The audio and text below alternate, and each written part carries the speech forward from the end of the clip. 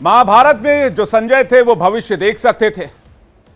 धृतराष्ट्र को महाभारत की लाइव तस्वीरें बता रहे थे, लेकिन शिवसेना के संजय राउत महायुति का भविष्य तो नहीं देख पाए। शिवसेना उद्धव गुट का भी नहीं देख पाए।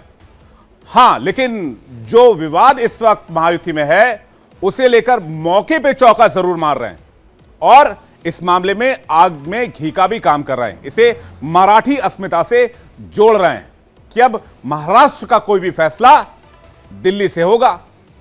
क्या इसका कोई इंपैक्ट होगा महायुति पे? हो भी सकता है, इसे इनकार भी नहीं किया जा सकता, लेकिन क्या होगा यह देखने वाली बात होगी। इस पर हमारी नजर आएगी।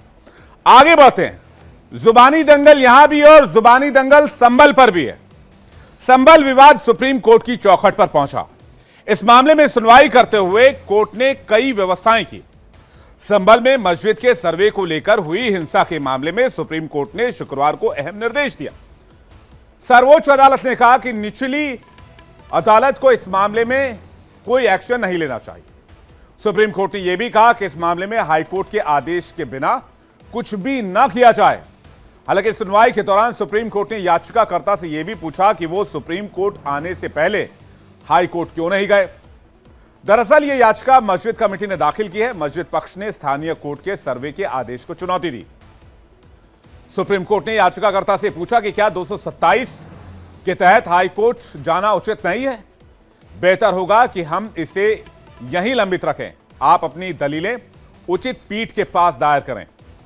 सुनवाई के दौरान सीजेआई ने कहा कि हम नहीं चाहते कि इस बीच कुछ भी हो। उन्हें आदेश को चुनौती देने का अधिकार है।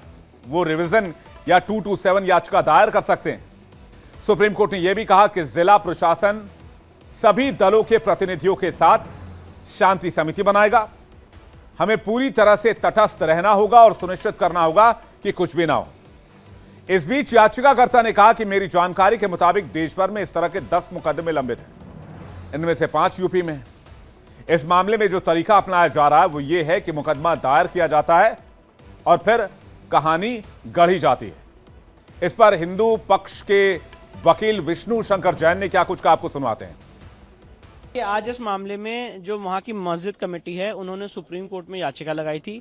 सुप्रीम कोर्ट ने कहा कि आप इस ऑर्डर को हाई कोर्ट में चैलेंज करिए और अगर हाई कोर्ट में चैलेंज करते हैं तो 3 वर्किंग डे के अंदर सुनवाई हो। साथ ही साथ सुप्रीम कोर्ट ने कहा है कि एडवोकेट कमीशन की रिपोर्ट जो है वो सील कवर में दाखिल की जा सकती है और साथ ही साथ कोर्ट ने यह भी कहा है कि हम इस केस के मेरिट्स पे कोई एक्सप्रेशन या कोई ऑब्जर्वेशन नहीं दे रहे हैं। ये सारी बातें हाई कोर्ट डिसाइड करेगा।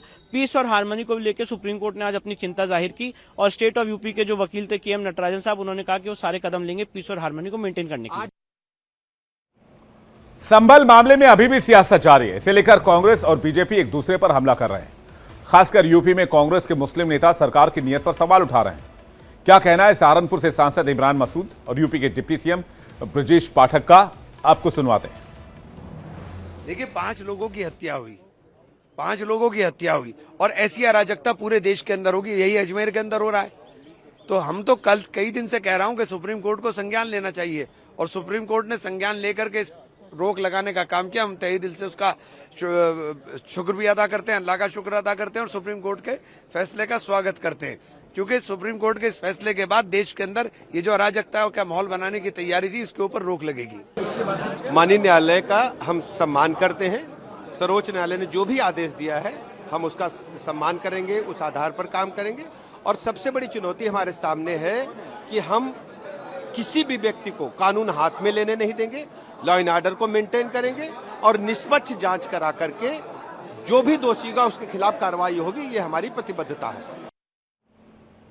जब निचली अदालत के फैसले को लेकर सुप्रीम कोर्ट पहुंचा जा सकता है तो फिर विवाद की स्थिति क्यों कायम की गई? और मैं ये सवाल पिछले 3 दिन से लगातार पूछ रहा हूं कि जब ऊपरी अदालत की हमारे देश में व्यवस्था है, जब हम दूसरे अदालत का रुख कर सकते हैं, तो फिर उन्मादी और भड़काऊ नारे लेकर सड़क पर उतरने की क्या आवश्यकता थी? हाथ में तलवार और तमंचे लहराने की क्या आवश्यकता थी? कौन था इसके पीछे जिसने अफवाह फैलाई कि मस्जिद के अंदर खुदाई की शुरुआत की जा रही है, खुदाई की जा रही है? सवाल इस बात को लेकर है। एक तरफ आप संविधान की बात कहते हैं और दूसरी तरफ आप धर्म को तरजीह देते हैं। ये दोनों चीजें एक साथ कैसे हो सकती हैं? इधर देखिए, संभल जा रहे मौलाना तौकीर रजा को हिरासत में ले लिया गया।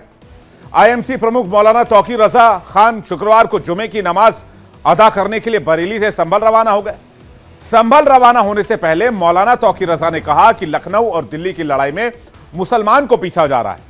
दरअसल यूपी में जो कुछ हो रहा है वो सब दिल्ली के इशारे पर हो रहा है। उन्होंने केंद्र सरकार पर साजिश करने का आरोप भी लगा दिया। साथ ही संभल की जामा मस्जिद विवाद पर हिंदू संगठनों को लेकर आतंकवादी संगठन घोषित कर दिया। उन्होंने यह भी कहा कि आतंकी संगठन के लोग पत्थर लेकर गए थे और हिंसा भड़काई। तौकीर रजा ने कहा कि पुलिस और प्रशासन ऑर्डर आने के लिए रिसीव करने के लिए बैठा हुआ था और आदेश के आते ही सर्वे शुरू कर दिया गया। इसके बाद भी मुसलमान चुप रहा। इसके बाद जब दंगे नहीं हुए तो दूसरे सर्वे के बहाने मस्जिद में घुसे। हिंदू आतंकी संगठन के लोगों को मस्जिद में लेकर घुसना, जूते पहनकर घुसना, धार्मिक उन्माद के नारे लगाए गए। पत्थर लेकर वो लोग आए थे ताकि अगर मुसलमान पत्थर ना चलाए तो उन पर पत्थर बरसाएं, इससे पुलिस को गोली चलाने का मौका मिले। ये पूरी जहरीली तकरीर तौकीर रजा ने जो की, इस पर सवाल उठाए जा रहे हैं। सुनिए तौकीर रजा ने किस तरह से जहरीला बयान दिया। प्रशासन और पुलिस बिल्कुल अलर्ट बैठा हुआ था कि बस ऑर्डर आना है तो हाथ के हाथ ऑर्डर, हाथ के हाथ उस पर कंप्लाइंस और सीधे मस्जिद में घुस जाना। यहां तक मुसलमानों ने कोई रिएक्शन नहीं दिया, सब्र से काम लिया। लेकिन दूसरा सर्वे जब इन्हें ये लगा कि मुसलमान रिएक्शन नहीं दे रहा है, हम दंगा कराना चाहते, दंगा कराने में नाकाम हो गए, तो दूसरे सर्वे के बहाने मस्जिद में घुसे, जूते पहन के घुसे और हिंदू आतंकवादी संगठनों को साथ लेकर गए और धार्मिक उन्मादी नारे लगवाते हुए गए और पत्थर अपने साथ लेके गए थे कि अगर मुसलमान पत्थर नहीं फेंकेगा तो हम मुसलमान पर पत्थर फेंकेंगे ताकि पुलिस को मुसलमानों पर गोली चलाने में आसानी हो जाए।